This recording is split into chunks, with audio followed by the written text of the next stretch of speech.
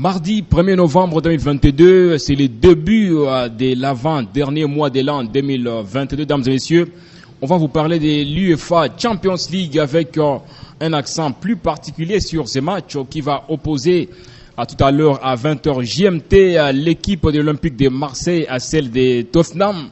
Un match qui s'annonce très alléchant entre deux formations qui sont dans l'obligation de cravacher pour essayer un peu d'obtenir la qualification. La qualif va se disputer aujourd'hui, surtout pour l'Olympique de Marseille. On va analyser les forces en présence pour les deux formations. Les absences également seront décortiquées et bien d'autres aspects irrélatifs ne seront pas oubliés.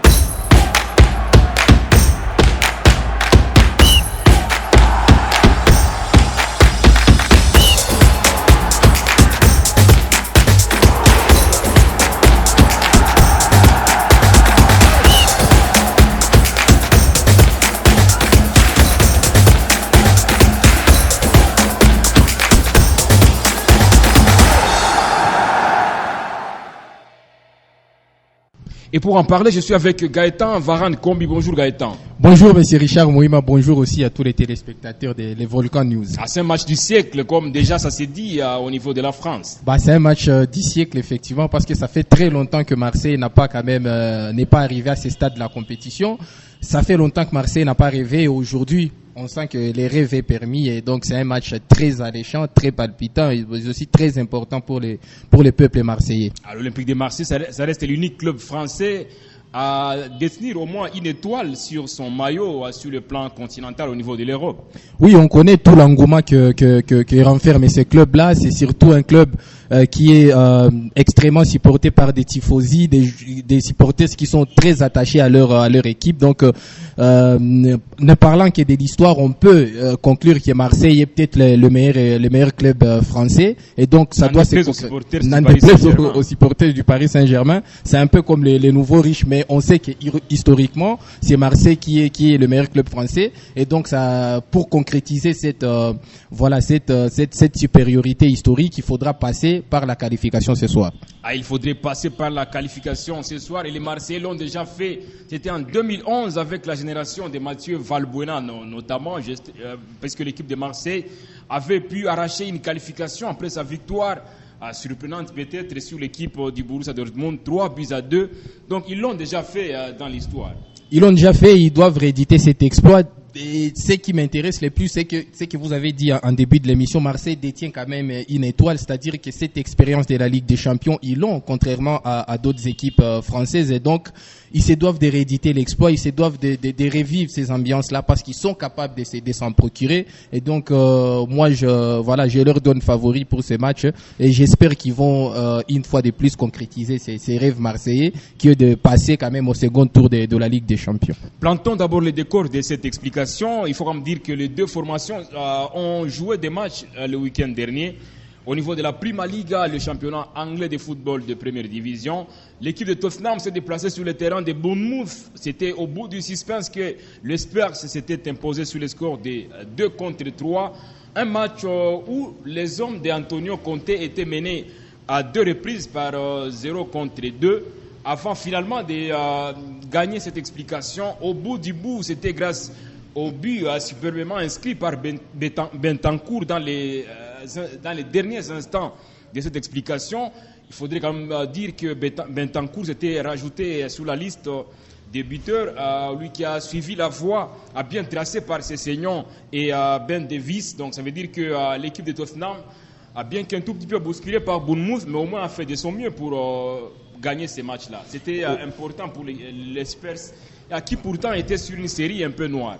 Oui, qui était sur une série noire, c'était surtout important pour Antonio Conte parce que on sent que depuis quelques semaines, il est quand même sur une chaise éjectable, ça ne produit plus, l'équipe ne carbure plus, voire même lorsque vous venez de citer les buteurs qui se sont illustrés, on se rend compte que la ligne offensive de Tottenham, ça ne marchait plus, la complicité qui commençait à s'installer, disons la saison dernière et la saison 2020-2021 entre Harry Kane et Heung-min Son ne carbure plus, donc c'est un salut, ces buts-là a résonné comme un salut pour l'équipe de Tottenham qui il y a quelques semaines, depuis quelques semaines, disons, ne produit plus ce qu'on reconnaît d'elle. Et donc, on espère quand même pour cette équipe de Tottenham que d'ici là, les automatismes vont se trouver. Mais face à l'Olympique de Marseille, j'ai beaucoup plus de peur.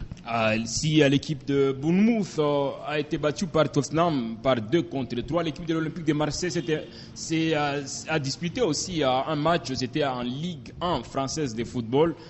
Il fallait se rendre sur le terrain de Strasbourg où l'équipe de l'Olympique de Marseille, pourtant qui menait par 2-0 ou 0-2, a fini par se faire rattraper au score 2 buts partout. C'est le score qui a sanctionné le match. Bamba Dieng et Caboret sont les 2 buteurs côté marseillais. De toute façon, il y avait une certaine rotation dans les camps des Marseillais. C'est presque une situation similaire du côté de Marseille aussi. On sent que Igor Tudor n'est plus l'homme de la situation, puisqu'à un moment, il est resté un peu muet. Il y a une panne de confiance. Vous vous rappellerez que Marseille était sur un cycle quand même positif depuis la défaite contre Tottenham en Ligue des Champions. Marseille contre Francfort aussi. Marseille a enchaîné autant de matchs avec des victoires et avec des matchs nuls. Mais Marseille, depuis la défaite contre Ajaccio en championnat, on a comme l'impression que c'est un cycle qui s'est cassé. Et depuis lors, on sait que c'est mentalement que Marseille est en train de pêcher. Depuis lors, l'équipe ne parvient plus à se remettre de ces chocs-là, de cette défaite surprenante face à la lanterne rouge quand même de l'AC Ajaccio en championnat, qui plus est à domicile. Donc, il faudra beaucoup plus de ressources mentales. Marseille bute également sur Strasbourg, qui occupe l'une des dernières positions provisoires du classement au niveau de la Ligue 1. Et donc, il faudra beaucoup plus de ressources mentales pour arriver à reprendre les cycles positifs. Et cela doit nécessairement passer par une victoire aujourd'hui, parce qu'on connaît l'importance que peut avoir le match d'aujourd'hui sur les mentales et les morales des joueurs. Si la victoire de Tottenham a maintenu l'Espers dans les trios de tête au niveau de la Premier League, puisque Tottenham occupe provisoirement la 3e position, bien évidemment avec 26 points contre 31 points pour l'équipe d'Arsenal qui occupe la première position du championnat anglais de première division. Côté français, l'équipe de l'Olympique de Marseille n'occupe que la 5e position. En tout cas, c'est une équipe qui est dans l'obligation de beaucoup plus batailler pour essayer un peu de retrouver les Big Three de ces championnats, on l'espère très bien. Maintenant, parlons de ces matchs, parce qu'on sait quand même que le match allait se disputer en septembre dernier, et on a senti que c'était une équipe de Marseille, certainement bien que battue en aller par 2-0, c'était au niveau de l'Angleterre, une équipe quand même qui avait résisté jusqu'à la 76e minute de jeu, 2-0 en faveur de Tottenham, parce qu'on doit quand même rappeler qu'au cours de ces matchs, Chancel Mbemba, considéré comme le patron de la défense, avait été expulsé à la 47e minute de jeu, et cela avait notamment profité à l'équipe de Tottenham quand même de marquer les 2 buts coup sur coup grâce à un doublé signé Richarlison à la 76e minute de jeu et à la 81e minute. Oui, le carton rouge de Chancel Mbemba a été vraiment le tournant de ces matchs-là, parce qu'on sentait que Marseille avait un coup à jouer, surtout au vu de la première période où il y avait des automatismes au milieu de terrain, Rongier, Guendouzi, en défense Mbemba, Eric Bailly et Gigot. On sentait qu'il y avait des automatismes qui s'est fluidifié côté Marseille. Donc, ces cartons rouges de Chancel Mbemba aura résonné comme les tournants du match. Mais après, sur ces matchs-là, lorsque j'essaie de faire l'analyse, c'est un dilemme qui doit certainement résonner dans la tête d'Igor Tudor. Faut-il forcément bien jouer pour perdre, ou faut-il jouer comme Marseille a joué contre les Sporting et gagner des matchs? Et donc, moi, je pense qu'il faudra retrouver cet équilibre-là, savoir quand est-ce qu'il faut bien jouer et gagner des matchs, ou quand est-ce qu'il faut accepter de subir et colmater des brèches derrière et gagner des matchs. Et donc, c'est cet équilibre-là qui doit trouver Igor Tudor aujourd'hui face à Tottenham. Et pour ce match aller, comme il faut le rappeler, c'est l'équipe de Marseille pourtant qui a dominé la partie, même si sur les tableaux d'affichage, c'est l'équipe de Tottenham qui l'a emporté par 2-0, puisqu'on sait quand même que en termes de possession de balles, c'était 51 pour l'équipe de Marseille contre 49 pour Tottenham, qui évoluait pourtant à domicile. 509 passes pour l'équipe de Marseille contre 497 passes pour l'équipe de Tottenham. Et pour tout vous dire et vous faire plaisir, Gaëtan, 9 tirs pour l'équipe de Marseille contre 18 pour la formation de Tottenham. Et peut-être pour une fois de plus préciser, il n'y avait que 2 tirs cadrés côté Tottenham pour 2 buts, 1 tir cadré pour l'équipe de Marseille. C'était un peu serré pour ces matchs-là. Ça sent le pragmatisme côté Tottenham, et c'est d'ailleurs ça l'ADN d'Antonio Conte. On ne peut pas reprocher à Antonio Conte d'avoir subi face à Marseille, bien qu'aujourd'hui, lorsqu'on s'appelle Tottenham face à Marseille, avec tous les joueurs qu'il y a, avec toutes les valeurs qu'il y a dans cette équipe se doit de faire mieux en termes de possession, en termes de jeu. Mais on connaît que l'ADN, disons la philosophie de jeu d'Antonio Conte, ce sont des transitions rapides.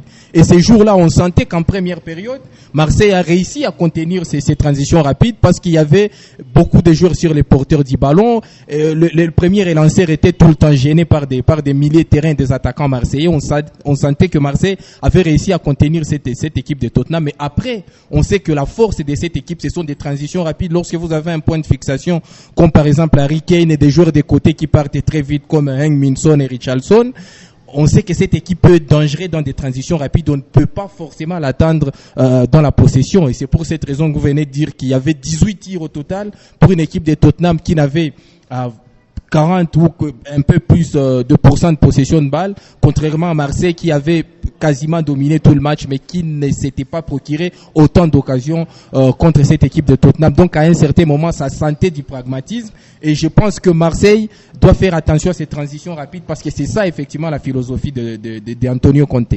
S'il faut maintenant parler du match d'aujourd'hui, parce que c'est un match très attendu par les spectateurs, comme il faut revenir sur les quelques éventualités. L'Olympique de Marseille, en tout cas en cas de victoire face à l'équipe de Tottenham aujourd'hui, pourra terminer premier ou première cette équipe-là, et pourra se qualifier sans nul doute pour le 8e de finale, à condition que le Sporting du Portugal et Francfort d'Allemagne font un match nul.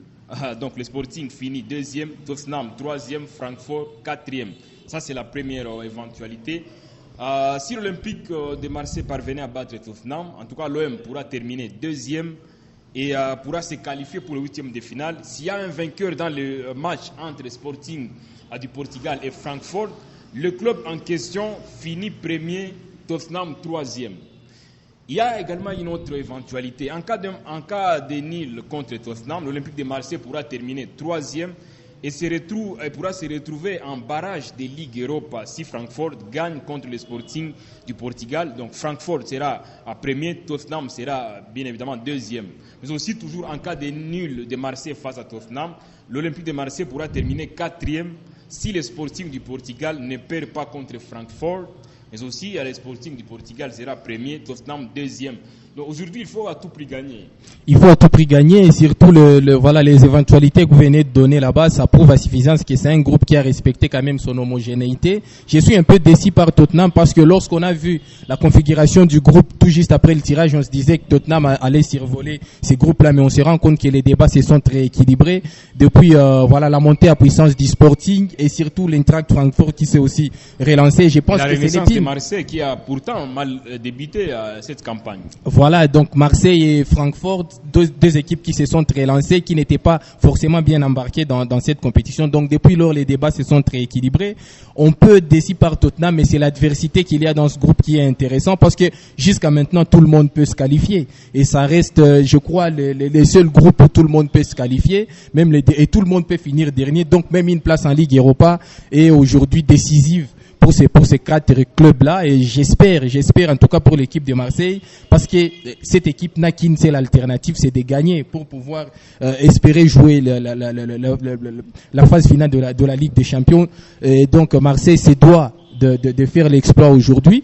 C'est une équipe qui nous l'a fait il y a quelques années. On se rappellera de cette qualification ô combien tapageuse face au Red Bull Salzbourg en Ligue Europa, lorsque Marseille termine, je crois en 2018, lorsque Marseille échoue en finale de Ligue Europa contre l'Atlético Madrid.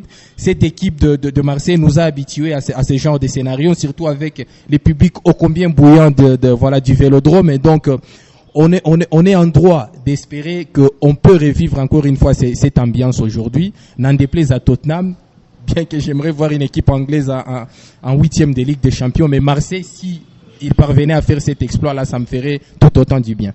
Comme il faut le rappeler, dans ces groupes, c'est Tottenham qui occupe la première position avec 8 points, contre 7 pour le 2e Sporting du Portugal. L'Eintracht Francfort de l'Allemagne est troisième avec 7 points également. Et Marseille, qui est dernier, ne compte que 6 points. C'est très serré dans ces groupes. Ça peut passer tout comme ça peut casser dans ces groupes-là. Alors, il faut maintenant revenir sur les forces en présence avec les deux équipes, certainement, qui ne pourront pas évoluer, certes, avec presque tous leurs pions ou toutes leurs cartouches, surtout du côté de Tottenham, puisqu'il y aura quand même des absences à souligner. Même si côté joueurs présents, comme on sait que les habituels Eric Kane, Son ou même Hugo Lloris, Clément Lenglet et bien d'autres seront de la partie. La plus grosse absence, ça reste d'ailleurs la tâche pour Tottenham et ça peut faire peur, c'est l'absence de Richarlison, qui pourtant avait marqué 2 buts en aller. Et c'est un joueur qui est au meilleur de sa forme. Il ne sera pas là aujourd'hui. Il ne sera pas là aujourd'hui et c'était l'homme décisif de Tottenham contre Marseille, qu'on venait de le dire. C'est lui qui a claqué un doublé, qui a complètement enterré l'Olympique de Marseille. Un joueur qui est venu d'Everton, très prometteur aussi, parce que c'est un talent évident. On espérait, et je pense que c'est ce qui a brouillé un peu le quart d'Antonio Conte, parce qu'il espérait très vite intégrer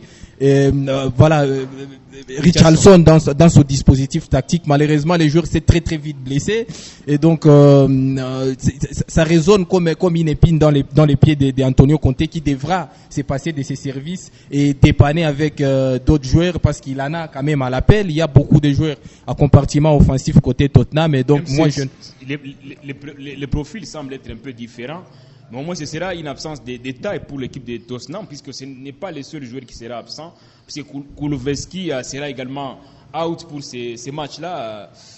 Ça s'annonce un peu bizarre, parce que ces deux joueurs-là sont des piliers majeurs dans les dispositifs tactiques d'Antonio Conte. Oui, des piliers majeurs, c'est incontestable, parce que Kulusevski et Richarlison, c'est pas peut-être le même profil, mais quand même c'est presque le même rendement. C'est sur les côtés que ces joueurs-là apportent leur percussion. Lorsque vous jouez avec un point de fixation, comme je l'ai dit tantôt, comme Kane, vous devez d'avoir des joueurs très rapides sur les côtés. Richarlison et Kulusevski, on savait que c'était des joueurs qui étaient très importants dans ce dispositif-là, et lorsqu'ils sont pas là, forcément c'est un manque pour Tottenham, mais il faudra très vite trouver une alternative et peut-être jouer en 4-4-2 avec Kane et Son, comme ce fut le cas avec Pochettino et Mourinho à un certain moment.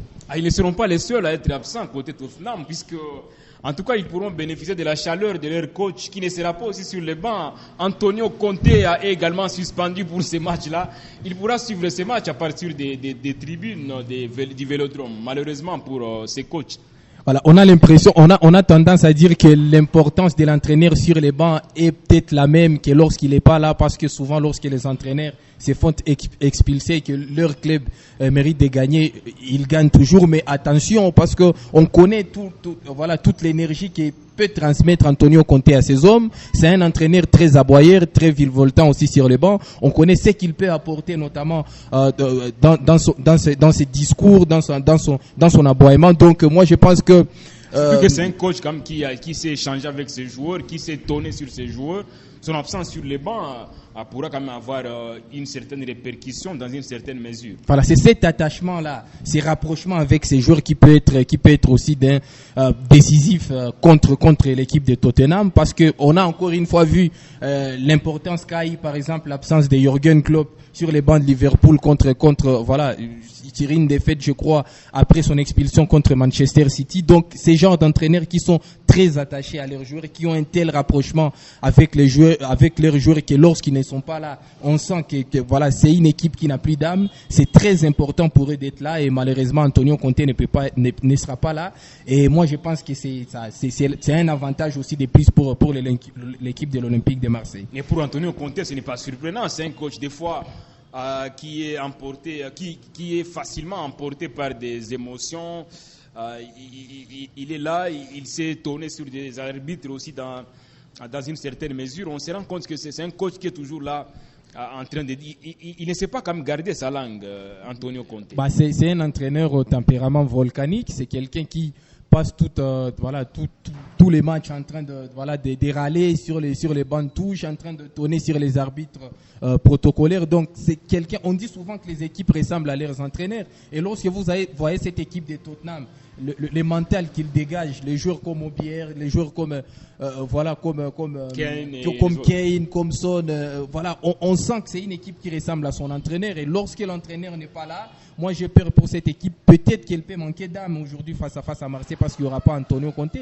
Il dégage une telle énergie que les joueurs s'en imprègnent, et on sent que ça se transmet sur les terrains, ça se transmet sur les joueurs, et les joueurs appliquent fidèlement les consignes de leurs entraîneurs, notamment dans l'agressivité, dans le pressing, et donc l'absence de Conte peut être décisive aujourd'hui contre Tottenham. Le malheur de Tottenham fera à coup sûr le bonheur de l'Olympique de Marseille, puisque côté Marseille, on pourra quand même bénéficier d'un comeback d'un certain Eric Bailly. On sait comme qu'il a été acheté pour ce genre de match. Les défenseurs ivoiriens, bien que fragile, il s'est blessé dernièrement. Il est de retour enfin. Il s'est présenté quand même à la séance d'entraînement des veilles des matchs. Ça veut dire que c'est de bonnes augures pour l'équipe de Tottenham qui va évoluer, plutôt l'Olympique de Marseille qui va évoluer avec un certain Eric Bailly. Moi, je me pose, j'ai une seule inquiétude. N'est-il pas trop juste pour jouer ce match-là, parce que le match aura quand même une telle intensité avec des joueurs comme Kane, comme Son, qu'il faudra être à 100% ou disons à 90%. Des joueurs qu'il a déjà quand même affronté à l'époque lorsqu'il était à Man U. Justement, mais il faudra être au moins à 90% pour jouer ce match, parce que devant, ça part très vite côté Tottenham. C'est quand même Son, Kane, ensemble, ils mettent au moins 30 ou 40 buts la saison. Donc, si actuellement, quand même, ce n'est plus la même fréquence. Oui, actuellement, mais on sait que c'est comme des lions qui dorment. À tout moment, ça peut se réveiller. Son, Kane ont un talent évident, et donc ils peuvent se réveiller à n'importe quel moment. Et donc, tout ce que je peux espérer pour Eric Bailly, c'est qu'il soit à 100% et physiquement et mentalement pour affronter ces joueurs-là. Surtout qu'il a été acheté pour ce genre de match. Eric Bailly, un défenseur pourtant très intéressant, mais toujours frappé par des blessures. Il est très fragile, ce défenseur ivoirien. Mais quand on va se permettre de parler d'un autre joueur, c'est un certain Bamba Dieng. Il est de retour dans le dispositif finalement de Marseille après beaucoup de doutes sur son cas. Enfin, le staff technique de l'Olympique de Marseille a levé l'option quand même de lui faire confiance. Il a débuté le match face à Strasbourg. Il a en plus marqué un superbe but. Et Bamba Dieng serait quand même d'une grande utilité pour la suite de la campagne pour l'équipe de Marseille. Igor Tudor prendra-t-il les risques de titulariser Bamba Dieng? Titulariser ou pas, mais même s'il gardait comme justement comme quelqu'un, comme joker, ça peut être aussi une option. Dans ce rôle de joker, il sera important ce soir, parce que c'est quelqu'un, on connaît toute sa qualité, on connaît toute la palette qu'il a, notamment son intelligence aussi. Donc c'est un joueur au talent évident, mais il faudrait, peut-être en début de saison, il a été secoué par les problèmes extrasportifs auxquels il était confronté, mais là, lorsqu'il revient dans les 11, il est décisif. Donc il est aussi important pour Igor Tudor de relancer ces joueurs-là, parce qu'il peut être aussi important sur ces matchs. Et donc en rôle de joker, qu'on venait de le dire, surtout lorsque peut-être que les défenseurs de Tottenham seront fatigués, et il faudra lancer ces feux volets-là de Bamba Dieng, parce qu'il a du feu dans les jambes. Et comme il est en confiance, il a marqué contre Ajaccio, il est aussi revanchard de son début de saison complètement raté. Donc il peut être important, parce que là, on a besoin de joueurs révoltés. Marseille a besoin de joueurs révoltés, des joueurs qui mentalement sont prêts à donner même leur vie pour ce match-là, parce que c'est un match du siècle. Et donc Bamba Dieng répond effectivement à ces contours-là, et je pense que Igor Tudor doit forcément s'en servir. Celui-là, le patron de la défense actuellement de l'Olympique de Marseille. Difficile de parler de l'OM sans parler d'un certain Chancel Mbemba Mangoulou, ancien joueur de MK Étanchéité de Kinshasa. Il est passé par l'Anderlecht au niveau de la Belgique. Chancel Mbemba, aujourd'hui, il est incontestablement, si pas le meilleur défenseur seulement, il est le meilleur joueur, pourquoi pas, de l'Olympique de Marseille, et on doit le dire. On doit le dire, oui, au vu de son début de saison. Je crois que c'est 2 ou 3 fois à Paris dans l'équipe type de la saison, avec des cotes 8, des cotes un peu positives. Donc Chancel Mbemba, à un certain moment, depuis la blessure d'Eric Bailly, on sentait qu'il faisait tout seul, parce qu'il n'était pas accompagné, que ce soit par Gigot, que ce soit par Balerdi. Il était presque esselé. Et donc il sera encore beaucoup plus bon, j'espère, ce soir avec les retours d'Eric Bailly, parce que lui, au moins, Lorsque Bailly est là, il se permet des choses, il se permet de se projeter vers l'avant, il se permet de faire des choses, d'apporter beaucoup plus offensivement. Mais lorsque Bailly n'est pas là, on sent qu'il est beaucoup plus esselé. Donc j'espère qu'aujourd'hui, il sera au meilleur de sa forme pour permettre à Tottenham, pour permettre à Marseille de passer ces caps-là, parce que c'est ces joueurs-là qu'on attend au tournant. C'est ces joueurs-là qui ont une très grande expérience en Ligue des Champions. Je crois que c'est la deuxième meilleure expérience en Ligue des Champions côté marseillais après Alexis Sanchez. Donc Marseille aura besoin de ces joueurs-là qui ont ces vécus européens pour parvenir à passer ces caps contre Tottenham. Il doit à coup sûr être revanchard, puisque Mbemba, expulsé lors du match aller à disputer en Angleterre, à la 47e minute de jeu, après un tacle jugé un peu violent par l'arbitre, malheureusement pour le natif de Kinshasa. Aujourd'hui, il est dans l'obligation quand même de prouver que s'il serait là lors du match aller, son équipe allait tenir. Oui, parce que c'est un joueur de notre niveau, on ne peut pas se leurrer, on ne peut pas s'empêcher de le dire par rapport à tout l'effectif marseillais. On sent que Mbemba, c'est un peu un niveau au-dessus de tout le monde, c'est un cran au-dessus de tout le monde. Il doit le prouver cet après-midi ce soir face à Tottenham, parce que autant au match aller, on l'a critiqué. Sa gestion, sa vision, sa gestion du match sur les tacles, notamment maladroit sur Heung-min Son. On savait qu'avec son expérience, il pouvait pas peut-être se lâcher comme ça et faire un tacle ô combien maladroit comme ça. Malheureusement, il a fait. On l'a critiqué. Autant on l'a critiqué au match aller, autant il se doit d'être revanchard aujourd'hui, comme vous venez de le dire. Autant il se doit d'enfiler ses costumes de joueur cadre côté marseillais qu'on attend de lui, et j'espère que Chancel Mbemba aura les mentales et la technique pour enfiler ces costumes-là. Les demi-dieux. Les demi-dieux, il aura aussi les ressorts psychologiques pour arriver à s'assumer, parce qu'effectivement c'est un demi-dieu. On sent qu'il a un cran au-dessus de tout le monde, il doit l'assumer cet après-midi. C'est dans ces genres de matchs, comme il a été face au Paris Saint-Germain, il doit aussi l'être aujourd'hui. Il doit être en quelque sorte le guide pour les autres, la lumière pour les autres, parce que lui au moins il a ses vécus européens et Marseille en a besoin aujourd'hui. Mais aujourd'hui, si on essaie un peu de rester sur bien évidemment les deux dispositifs tactiques qui seront mis en place, où est-ce qu'on peut situer Chancel Mbemba? Bon, défensivement, parce que quand même, il faut le dire, il y a Son et Harry Kane qu'il faille, à mon avis, surveiller comme les laits sur le feu. Est-ce qu'il faut aussi se projeter vers l'avant, si l'on sait qu'il a quand même des atouts offensifs très intéressants, mais aussi sans oublier que Tottenham, c'est une équipe qui adore les transitions, qui adore un jeu très vertical. Déjà à quelques secondes, Tottenham est à mesure quand même de quitter son camp vers le camp adverse.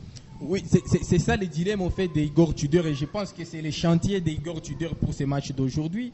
Faudra-t-il être beaucoup plus offensif, c'est-à-dire à l'abordage pour laisser derrière les espaces, parce que aujourd'hui on est en train de se réjouir de l'absence de Richarlison, mais il y a aussi des joueurs de couloir très intéressants côté Tottenham qui sont capables de manger les espaces dans les dos défenseurs. C'est le cas d'Hygiène Sessegnon par exemple, qui évolue très bien dans cette configuration-là, avec le point de fixation Harry Kane qui essaie de libérer les boulevards pour les joueurs de couloir. Donc il faudra attention avec Bentancur par exemple. C'est ce que je suis en train de dire. Chancel Mbemba, dans quelle configuration faudra-t-il qu'il évolue?